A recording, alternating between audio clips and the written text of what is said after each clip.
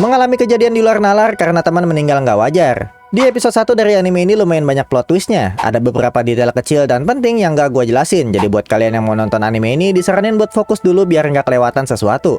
Cerita dimulai dari Shinpei yang pulang ke pulau tempat tinggalnya. Alasan dia pulang setelah 2 tahun pergi adalah karena teman masa kecil dia meninggal, yaitu Ushio. Tapi pas di kapal, dia mimpiin Ushio yang nitip pesan ke dia. Mimpi ini adalah awal dari tragedi yang akan terjadi pada Shinpei di pulau ini. Ushio nitip pesan buat jagain adenya Mio dan pengen Shinpei cari tubuhnya Ushio. Abis itu Shinpei langsung kebangun dari mimpi anehnya itu. Sampai di pulau, dia langsung dijemput sama Mio. Mereka langsung pergi ke acara pemakaman Ushio. Ushio meninggal tenggelam karena nyelamatin bocah yang bernama Kobayakawa Shiori. Semenjak kejadian itu, sifat Shiori berubah dan hampir gak pernah ngomong. Ini diceritain sama So, temannya Shinpei. Shinpei juga diceritain kalau ada yang aneh sama kematian Ushio. So bilang kematian Ushio ini bukan karena tenggelam, tapi ada kemungkinan dibunuh karena ada bekas luka di lehernya Ushio setelah diperiksa sama bapaknya dia. Tapi masalahnya So yang ada di TKP nggak ngelihat ada orang lain di situ. Jadi mereka cuma bisa nyimpulin kalau kematian Ushio itu kecelakaan, bukan pembunuhan. Lanjut keesokan harinya mereka coba sibukin diri biar bisa ngelupain Ushio. Sampai akhirnya ada polisi datang. Ya emang dia langganan di rumah makan keluarganya Kofune. Polisi itu lagi bingung karena dapat laporan kalau semua keluarga Kobayakawa menghilang. Keluarga dari bocah yang diselamatin sama Ushio. Rumahnya kosong gak ada siapa-siapa. Dengar berita itu, si Mio langsung lari keluar dan Shinpei ngejar dia.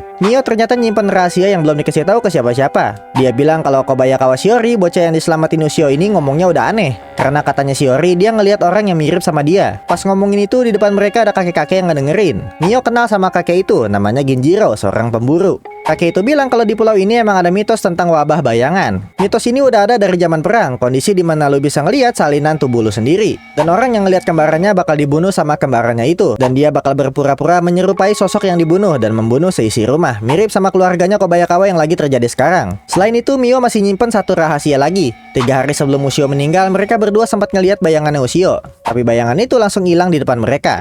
Shinpei langsung panik pas ngedenger itu, tapi dia tetap nyoba buat tenang. Akhirnya Shinpei ngajakin Mio pergi ke kuil Hiroko Agung. Karena kata si kakek tadi ada kemungkinan bisa disucikan di kuil itu biar nggak ada kejadian yang lebih berbahaya lagi. Pas sampai di kuil, si Mio tiba-tiba diem karena ngelihat ada bayangan Shiori di hutan. Dikejarlah sama mereka berdua sampai mereka dengar ada suara tembakan, bikin mereka nyamperin suara tembakan itu. Shinpei di sana langsung ketemu sama cewek yang udah kena luka tembakan. Cewek itu adalah orang yang sekapal sama dia pas berangkat ke pulau ini. Cewek itu sempat pengen ngasih tahu keadaannya, tapi dia langsung ditembak lagi. Dan yang nembak cewek itu ternyata adalah bayangannya Mio. Si Mio juga udah ketangkap. Nggak pakai lama, bayangan itu langsung ngebunuh Mio dan juga Shinpei. Seharusnya Shinpei udah mati, tapi ternyata dia masih hidup. Dia kebangun di kapal dan di waktu sebelum dia sampai ke pulau, yang bisa disimpulin kalau Shinpei itu kembali ke masa lalu saat dia terbangun dari mimpi Ushio sebelum dia sampai ke pulau ini. Judul animenya Summertime Render dengan genre misteri, supernatural, suspense, time travel, dan shonen.